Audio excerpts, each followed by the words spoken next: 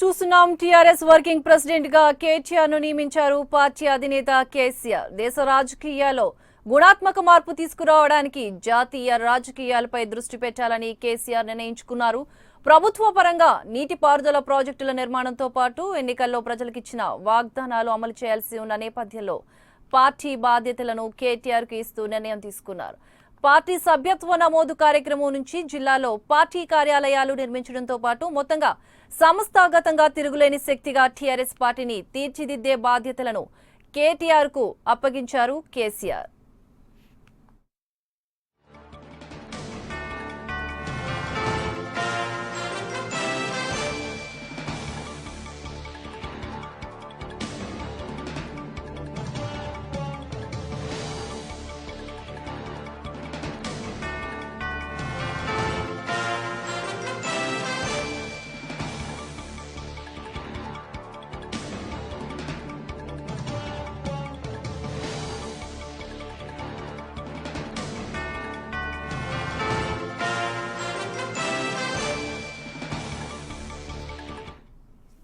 ఇక తాజాగా జరిగిన అసెంబ్లీ ఎన్నికల్లో కేటీఆర్ కీలక పాత్ర పోషించారు.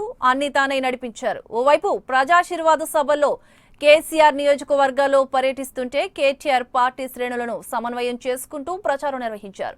గ్రేటర్లో మెజారిటీ స్థానాల్లో టీఆర్ఎస్ గెలిచిందంటే అది కేసీఆర్ వల్లే సాధ్యమంటేనే టాక్ పార్టీ వర్గాల్లో వ్యక్తమవుతుంది. పార్టీని ముందుండి నడిపించే బాధ్యత కేటీఆర్ కు ఉందని కేసీఆర్ విశ్వసిస్తున్నట్లుగా తెలుస్తోంది. ఈ నేపథ్యంలోనే వర్కింగ్ ప్రెసిడెంట్ గా కేటీఆర్ కు కీలక బాధ్యతలు అప్పగించినట్లుగా తెలుస్తోంది.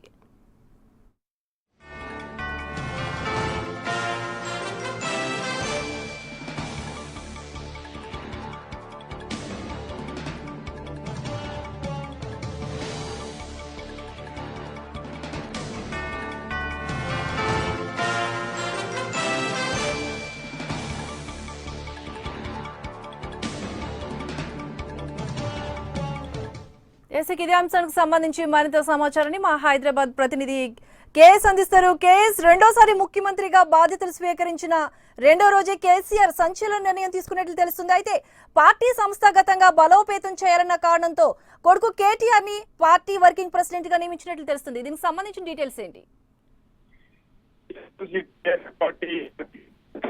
కేసీఆర్ తనయుడు కేటీఆర్ ని నియమిస్తూ కొద్దిసేపటి క్రితమే ఉత్తర్వులు జారీ చేయడం జరిగింది. ప్రస్తుతం టిఆర్ఎస్ పార్టీ స్థాపించిన 2001 నుంచి ఇప్పటి వరకు సుమారు 17 ఏళ్ల కాలంలో టిఆర్ఎస్ పార్టీకి వర్కింగ్ ప్రెసిడెంట్ హోదా ఇవ్వడం అనేది ఫస్ట్ టైం. ప్రస్తుతం కేసీఆర్ రెండవ రాజకీయాల్లోకి వెళ్లేందుకు కేసీఆర్ సన్నాహాలు చేస్తున్నారు. దానికి సంబంధించి టిఆర్ఎస్ పార్టీతో పాటు జాతీయ లెవెల్, నేషనల్ లెవెల్లో ఒక పార్టీ పోతున్నట్టుగా ఇప్పటికీ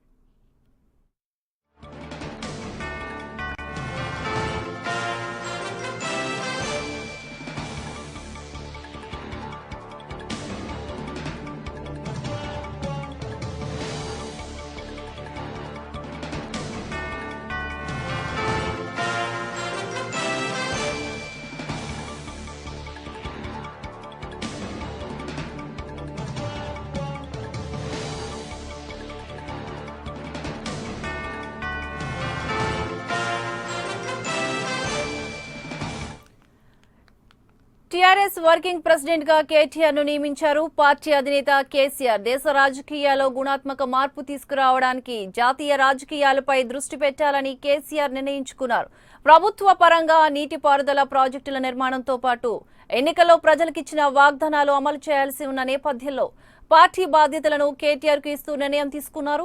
పార్టీ సభ్యత్వ నమోదు కార్యక్రమం నుంచి జిల్లాలో పార్టీ కార్యాలయాలు నిర్మించడంతో పాటు మొత్తంగా సంస్థాగతంగా తిరుగులేని శక్తిగా టీఆర్ఎస్ పార్టీని తీర్చిదిద్దే బాధ్యతలను కేటీఆర్ కు అప్పగించారు కేసీఆర్.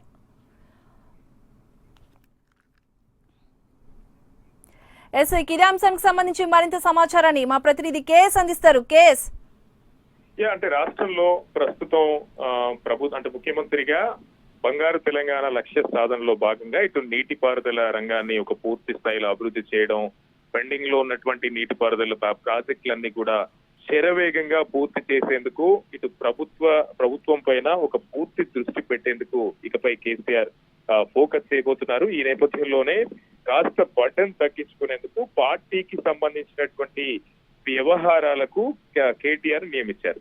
కేటీఆర్ ని వర్కింగ్ ప్రెసిడెంట్ గా నియమిస్తూ ఇవాళే కేసీఆర్ సంచలనమైనటువంటి నిర్ణయం తీసుకున్నారు. మరి కాసేపట్లో పార్టీ రాష్ట్ర స్థాయి కార్యవర్గ సమావేశం జరగబోతా ఉంది.